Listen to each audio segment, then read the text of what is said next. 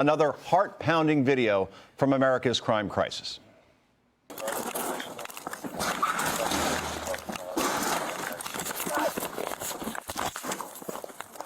Come on, man, stop. Stop, man. Leave it, man. Stop, man, please. Stop resisting. No, stop, please, man. Please stop, man. I don't want to I don't want to get in jail. Police body cam footage showing the dramatic arrest of a Target shoplifter in Atlanta, Georgia. The guy got caught red-handed trying to steal a $500 TV, and it wasn't small either. Sadly, scenes like this are the new normal in our country.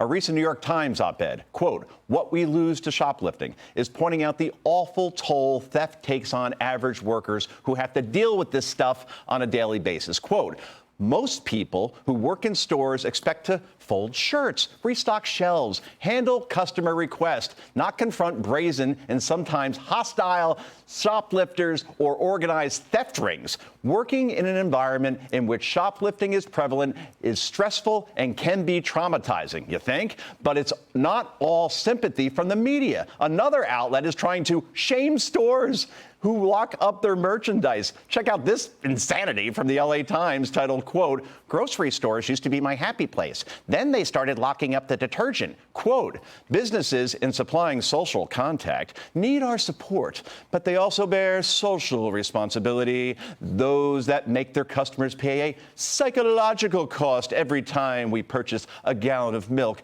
We will lose money as we start shopping elsewhere." My hair hurts from reading that.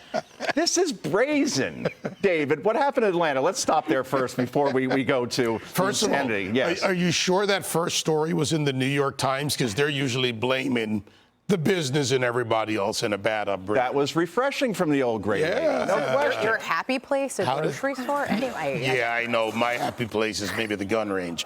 But brazen, right? I mean, the guy's walking out with a 65-inch TV. It's not only the word here, Yeah. but think about it. He went once, and he came back for more. So was it really a surprise that he ran to a police officer? But there's a problem here in Atlanta, which you have the prosecutors and you have the left-wing judges. You have the prosecutors like Fani Willis and others who support all of these lax on crime policies. And the mayor, when you look at Atlanta, it's sad because Atlanta's a city that's on the teetering edge of failure. If they don't stop this, if they don't arrest him on the first time, not the second time, then look at San Francisco, look at Los Angeles. Now in San Francisco, businesses are closing as we speak, and people are trying to protect themselves as night falls. Atlanta homicides are up for the third straight year. Burglaries, shoplifting, car thefts. Used to be a great city, right? But again, it's the same thing over and over again, Lisa, where you have district attorneys who don't enforce the law, so people like this end up going back out into the street. This guy thought he was going to walk out with a 65-inch TV Twice. and was shocked that he was getting stopped. That's where we are in this country at this point. Twice, thank you. So I've got a crazy idea. Yeah. If we locked up the shoplifters, you wouldn't have to lock up the goods. But anyways, so I've been trying to, I think, we've got to ask ourselves this question. How did we become a country where so many Americans feel entitled to steal? And obviously, we've seen crime waves in past in this country, but I think we can trace back what we're seeing now to Michael Brown. Right? You had a guy go into a store, steal cigars, shove the clerk, then go and proceed to try to pull the police officer's gun in Ferguson. Right. Michael Brown, hands up, don't shoot, Ferguson. And then you had the media and the left go out and say that he was the victim when he was the criminal. And you still have people like Rep. Cori Bush saying that he died because of white supremacy, even though Obama's Department of Justice proved otherwise, that Michael Brown was in the wrong. So how do we have a functioning society in that environment? Anita, Yeah. I want you to react to this. Okay. Okay, the San Francisco Chronicle. And they have a really good idea.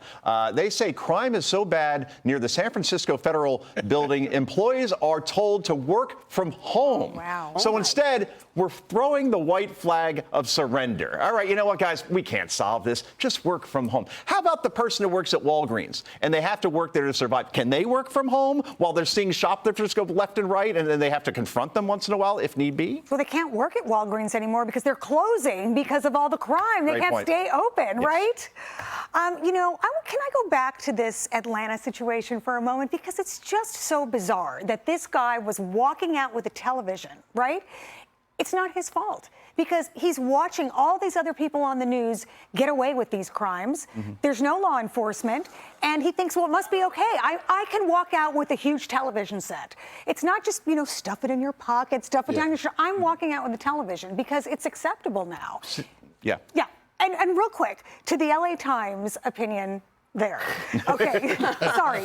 This assistant professor who wrote that article, she was shopping in Oakland, in Rockridge. That's a very affluent section. People there, the average income is over $200,000.